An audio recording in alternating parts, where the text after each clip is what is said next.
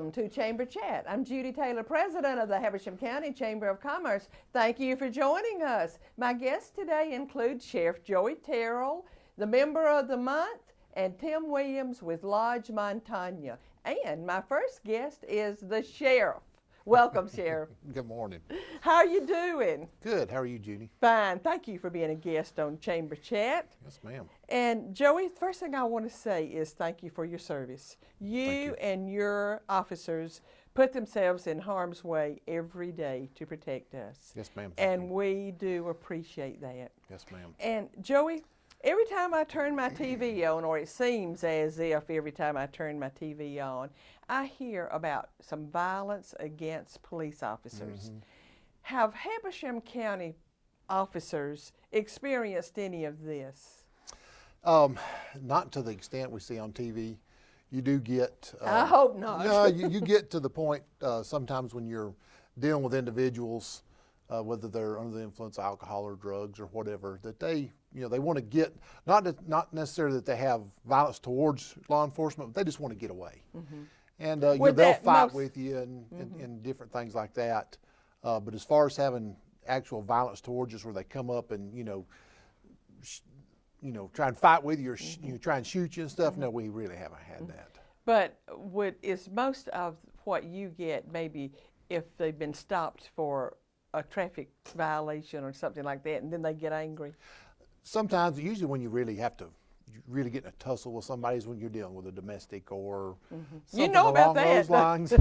Yes, ma'am. Sometimes along those lines, that's where people want to get away. Just the other day, we had one try and get away from one of our transport officers, and she got injured. But a good Samaritan helped wrestle that person and bring them in. So we live in a great community, and the thanks you give us to start with. We were at lunch today, and we had a couple people come up and say the same thing. So it makes you feel good, to where we live at, in our community. Right, and I'll agree that we do live in a wonderful community. Yes, ma'am.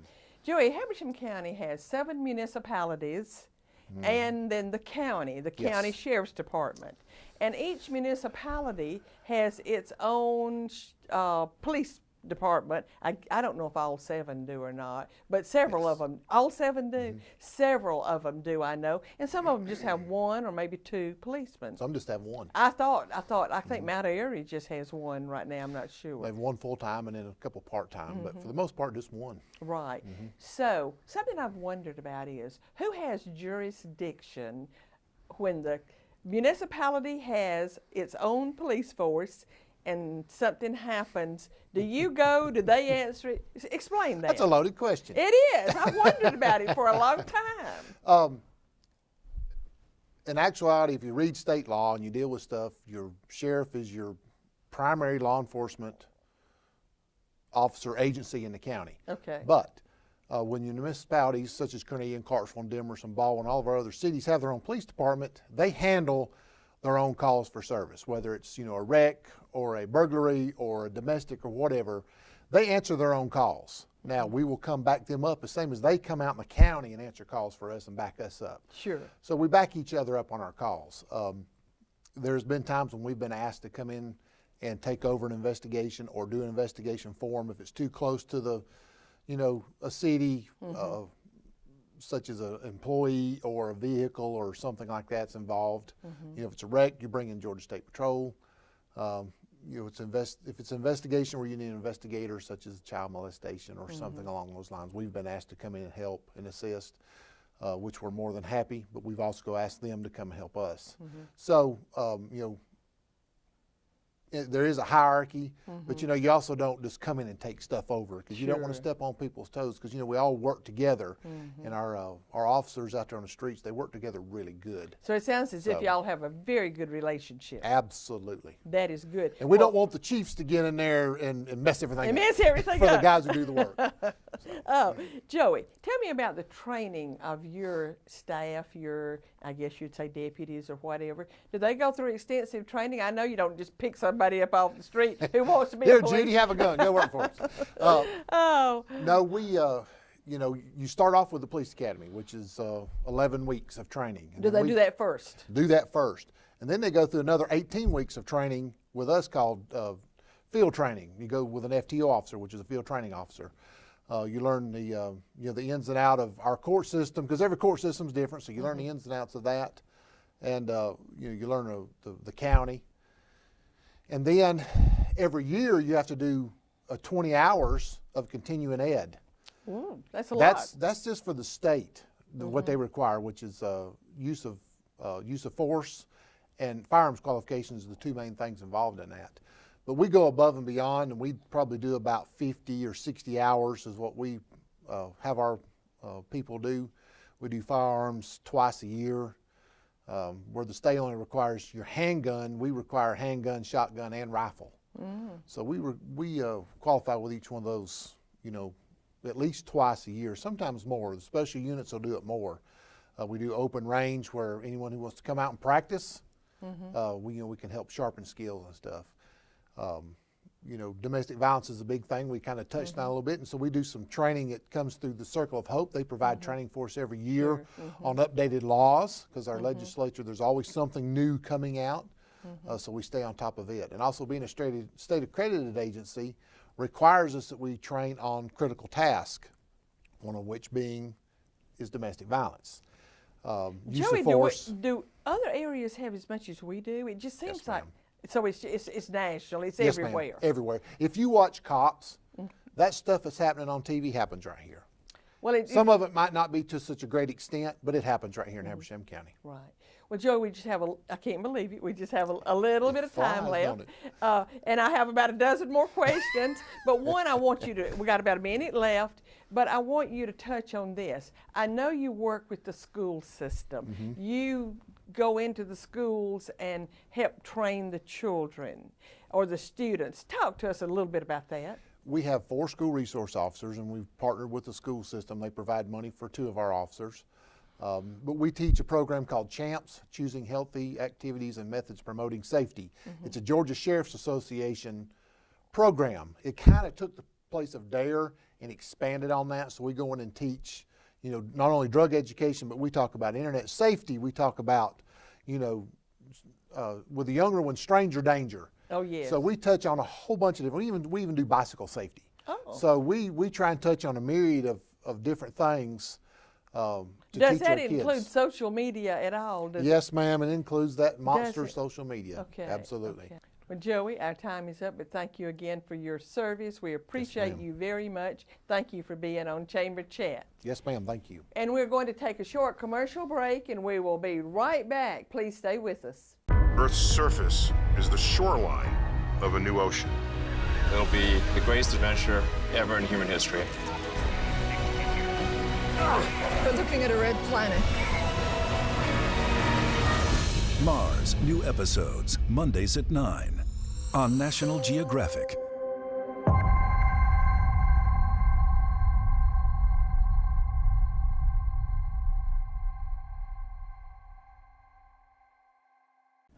Thank you for staying with us. My next guest is Dr. Mark Ivester, President of North Georgia Technical College. Welcome, Mark. Good morning. It's good to be here. Thank you for being on Chamber Chat. I really appreciate it. And I want to congratulate you. I know it's been a while now, but congratulations on being the president at North Georgia Tech. Well, thank you. I'm excited about it. You and I worked there for a long time together. I've been there 18 years almost. So I'm excited about it. It's just a great place, and it's good to be a part of the community like that. Well, Mark, they made an excellent choice. Thank you. Because I've known you, as you said, for a long time, and they made an excellent choice. I'm just so glad that that you are the president. Well, I appreciate it. Well, how are things going this fall semester? It's been busy. We had a lot going on. The state enrollment in technical education is down slightly, but North Georgia Tech had a 6% increase, which only 3 colleges in the state had an increase. Wow. And well, congratulations. We had a 6% increase. So we were up to 2,850 students. We had 500 students on our Currahee campus, approximately 500 on Blairsville, and the remaining students were at the Clarksville campus. So we're excited. So you're one of 3 technical colleges with an increase. With an increase. You know, it really surprises me, Mark, that the state didn't have an increase. It's typical around the nation right now. 2-year colleges right now are seeing decreases, and a lot of that has to do with the unemployment rate is down. People are working now. So when people can find jobs, typically your 2-year colleges, your enrollment goes down some. Yeah, I do remember that. So, but what do you contribute the growth to, though? Well, you know, I tell people first, you know, a great faculty and staff. You know that as well as anybody, and we're fortunate to have the people we do there at the college, and they do such a good job. The other thing is the skill sets that we teach. Absolutely. There's a demand for those skill There sets. is. More so now probably than ever. So I think those are the 2 biggest things. But the other thing that's really important is our partnerships with our high schools. With Move On When Ready and the new change in the legislation, and then when that passed, we're up to over 400 students that's at Move On When Ready. And a large number of those are in Habersham. We're very strong in White also in that. But in Habersham County, we have 2 full programs that we're teaching at the high school, cosmetology and health science both. So you go out there and teach We it. go out there and teach it, and those students actually get certificates, diplomas from our college at the same time they're getting their high school degree. That's excellent. And what makes that so attractive is those students are not paying anything for those classes. They pay their fees, but the classes are free, and it's not counting against their hope hours. So it's a win-win-win. That is, and Mark. it's great to see some of the high schools taking advantage of that, and I know Haversham's doing a great job of that. I'm glad to hear that. Yes. I just really am. And my next question, I was going to ask you about, it is so, the cost is actually so little for attending a technical college. Talk to us about that, the Well, cost for a student. You know, of course, our initial cost is low too, but the availability for financial aid through the Hope Grant for our diploma programs and the Hope Scholarship for our associate degrees is great. And then the thing that a lot of people don't know about is Governor Deal about a year ago passed this opportunity called the SWIG grant, where strategic industries can, if you're in one of the 10 strategic industries, it's free. And that's welding, truck driving, some of the health programs, and they're on our website. But if you attend one of those programs, Hope pays 100%. Whereas Books and all? does not pay 100% of your books, Okay. but it does pay 100% of the program. And the other programs, Hope covers about 82%, 80%. So there's a lot of opportunities. Our foundation is strong too, and that's because our community's bought into our college. We get funds from industry and other people in the community, which allows students that need additional financial aid that goes through the entire process, they'll say, and at the end they can't afford the book. Well, the foundation can provide that funding. So, Well, Mark, I say all the time that there is no better asset in Habersham County for economic development than North Georgia Technical College. oh yeah, we're the center of workforce development. Yes, that's for you sure. are that for sure. Well, Mark, we talked about your relationship with the high schools, but let's talk about articulation agreements with colleges. I know you have some. We do that with all the local colleges, Young Harris, Truett, Piedmont, of course, Toccoa Falls, and many colleges that's further out like Mercer, schools like that. But I think the main thing there is students need to understand, the community needs to understand, there's 28 courses, it may be up to 32 now, but around 30 classes that through a statute through the state of Georgia is guaranteed to transfer into a Regents College. And that's your core classes like English, math, science, and they're listed out. But if you take those from a technical college in Georgia, they will transfer to the Regent School. But we do have articulation agreements, and that's really good for our students. Oh, it is. Students can start locally and then decide what they want to do, and then transfer and move on. And it's so inexpensive to start locally. Oh, it is. They can stay at home. And, it is. That saves a lot of money. Oh, yes. Students staying home and going to school. Yes. That saves a lot. Well, you do have an engineer in articulation, don't you? We do, with Southern Poly, which is now Kennesaw, of course. Engineering program is very strong, and a lot of the students take 2 years with us and then finish a 4-year at Kennesaw with engineering. So it's been popular. That is very good. Well, Mark, I know that you have some facility expansion going on. We don't have a lot of time left, but talk to us quickly about your facility expansion. We're excited. We'll probably break ground this spring. Well, we'll break ground this spring. And the new facility will be about 45,000 square feet. And it will be a new facility that houses our CNC machine tool program and our air conditioning program. And 2 state-of-the-art programs that everybody we can graduate seems to get out and get a job. We can't seem to graduate enough of them. And the other part of that building would be economic development.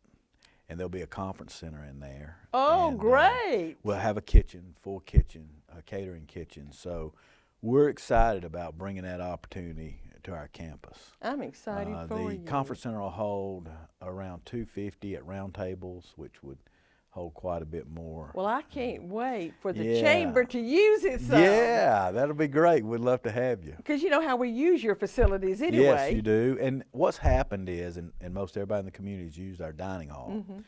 Our dining hall will hold about 100 people at round I remember table. that. But we need a space a little larger than that. So this is going to give us that opportunity, and we're excited. And we're really excited more about to have these new labs. Look what the welding lab did. Oh, I know. The welding lab, we have the largest one in the state. It has 100 booths in it, and it brought students. We went from 36 students to over 130 students. That is amazing. And we expect the same thing out of machine tool. When do you expect to have this conference center finished? Well, I know it'll be several years. It will. Well, we'll break ground in the spring, and it'll probably take about 18 months to build. Well, I hope that I get to hold some conferences. Well, up you there. will. We'd love to have you, that's for sure. Mark, I could talk with you about North Georgia Tech forever. You know that. I know. But our time is up. Thank you for being on Thanks for Chamber having Chat. me. Thank you. And congratulations on being Member of the Month. Oh, we're excited about that. Thank you for the recognition. It means a lot. Well, it's a highly deserved recognition. Well, thank you. We're going to take another short commercial break and be right back. Please stay with us. Now you can watch movies, sports, news, and more on all of your internet-ready devices. Windstream cable customers can view up to 50+ channels on their laptops, smartphones, and tablets with Watch TV Everywhere. It's easy, and for Windstream cable customers, it's free. Visit WatchTVEverywhere.com to register. Then the programs you enjoy are just a click away on your favorite devices. Watch TV Everywhere. Another way Windstream says, thank you for being our customer. Thank you for staying with us. My last guest for today is Tim Williams, owner and operator of Lodge Montaigne, who many people will remember as the Beef Baron. Welcome, Tim. Thank you, Judy. Thank you for being on the Chamber Chat. I really appreciate it. I'm just so glad to have you on. And many people will recognize Lodge Montaigne, the facility, as the Beef Baron formerly. But actually, Tim, the way I understand it, Lodge Montaigne operates under your business of GG Events, of Green Gable Events. Am I right? Yes, ma'am. So tell us, let's start off by talking about your original business, or your parent business, Green Gables. When did that start? Judy, we have had GG Events for 21 years, and it is a full-service catering company. Not only do we offer menu items, food items, but we do cakes, florals.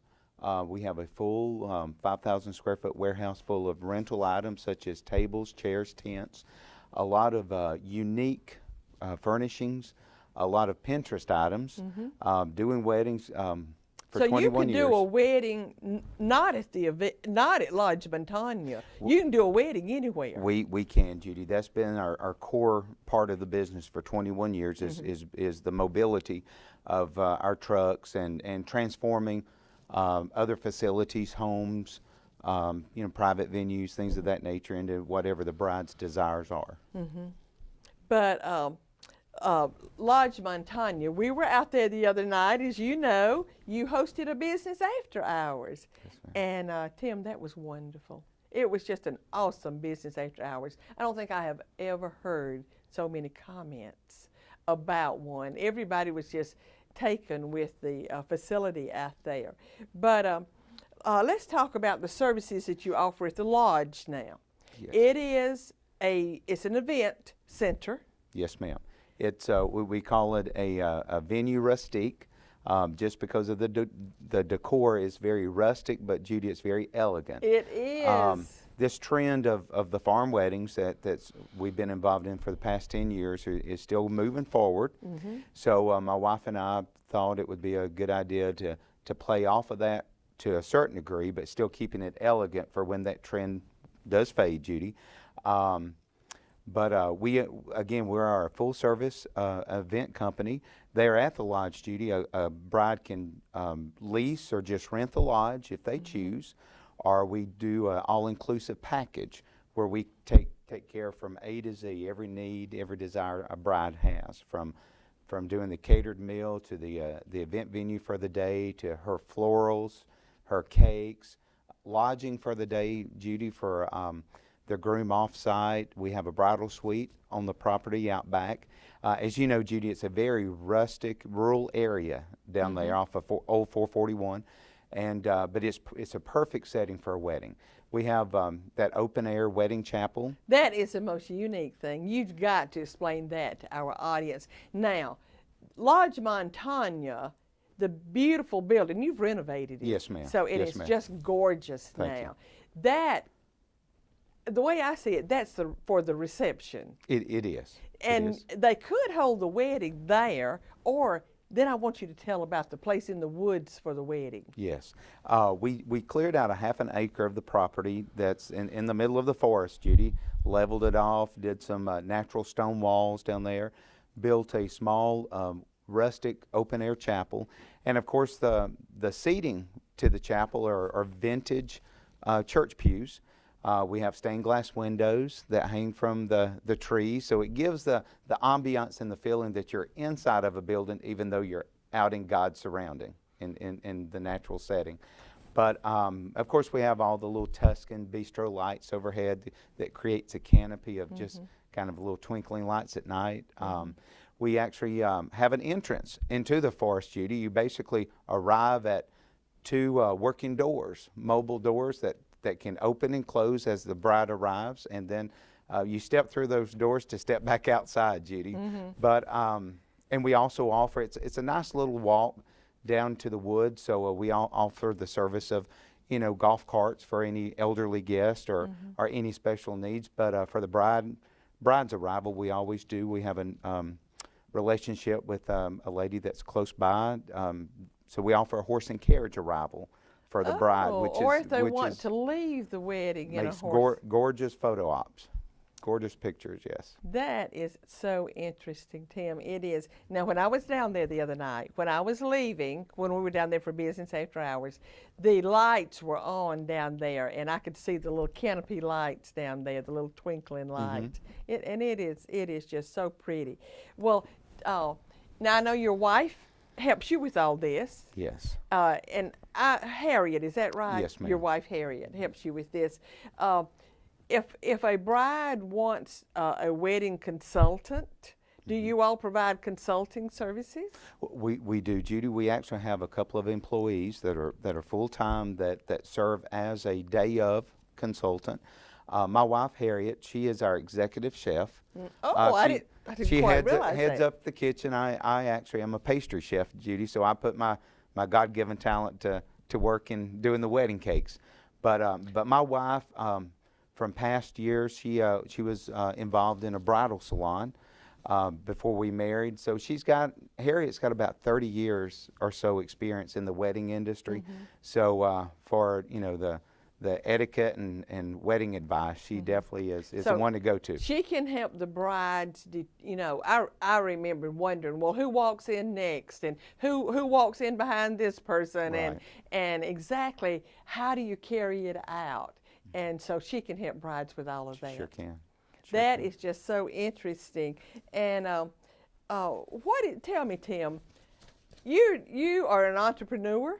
You just seem to be going and you just have so many things going. What is your vision? What is your vision for Lodge Montaigne?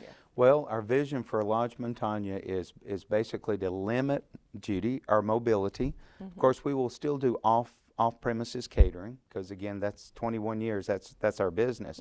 But we do feel like we can be an asset to this community, to have a place to host other events, not only just weddings, Judy, but any socials, civic. You know, right now Christmas parties are coming up. Yes, ma'am. And we, due to the business after hours, Judy, we did land a few new ones on the books.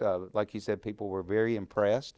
That was our first business after hours we've ever done. I can't help but wonder. There was one of our municipalities mentioned to me about it. I wonder have you gotten one of our towns doing a Christmas party? Yes, we did, Judy. Yes, we did. Well. So it's the more people we can get on the property, I think the more exposure we'll get, and Definitely. and the more talk, Judy, because that's the best advertisement there is. Yes, it is. And but we're hoping, like I said, just to put our focus more to the lodge this upcoming year, hoping to do a couple of the local bridal shows in January, to debut the lodge, let brides know that it is out there, because we are off the beaten path, Judy. You are. We really are, but that is the uniqueness of our facility, because we're our only neighbors out there, to be honest with you. So there's not any issues with bands and noise ordinances and things of that nature, and we have ample parking, Judy.